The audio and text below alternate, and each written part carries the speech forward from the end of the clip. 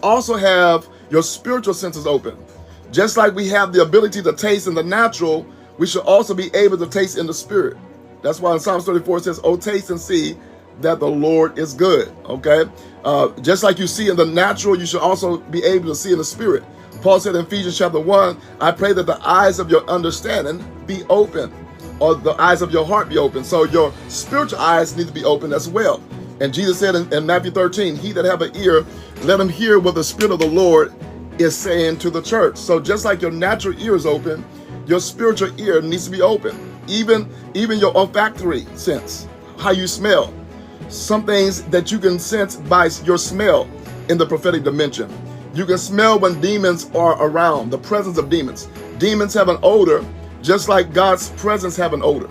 So the prophet in the dimension of the spirit realm needs to be open in their spiritual senses, okay? And so we see in Mark 2, Jesus was open in his clairvoyant sense. He knew what they were thinking. He felt what they were thinking. He had a telepathic anointing, okay? And this is very powerful because prophets need to be telepathic. When you enter into a congregation, you need to know the hearts and minds of people, their mindset.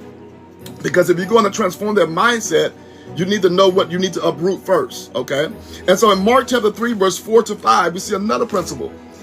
Jesus looked around at them in anger, the religious people, because they saw this man a paralytic. And all they was concerned about was the Sabbath day, keeping the law, keeping the Sabbath day, keeping order in the church, keeping protocol in the synagogue. And when Jesus saw that they did not have a concern for this man that was oppressed, he looked around at them in anger and deeply distressed at their stubborn hearts, said to the man that was a paralytic, "Stretch out your hand." And of course, that man that had a withered hand stretched out his hand and he was healed. So what is the principle prophetically?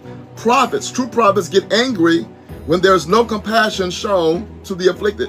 I'm coming from my book, Biblical Prophetic Theology. When prophets see that there's no compassion towards the afflicted, they get angry. That's one thing that angers people that operate in the prophetic. To see people oppressed in sickness, to see people oppressed by demonic strongholds, and the church is not doing anything about it, that angers those who have the prophetic gift. Because the prophet wants to release justice where there's injustice. The prophet or the prophetess wants to release emancipation where there's bondage. And so in a religious club or a religious church that do not allow the prophetic dimension to flow in, you'll see a lot of people in bondage. They'll be still demonically possessed. They'll be demonically oppressed, demonically suppressed, demonically obsessed, and some will be afflicted with sickness because of generational curses, right?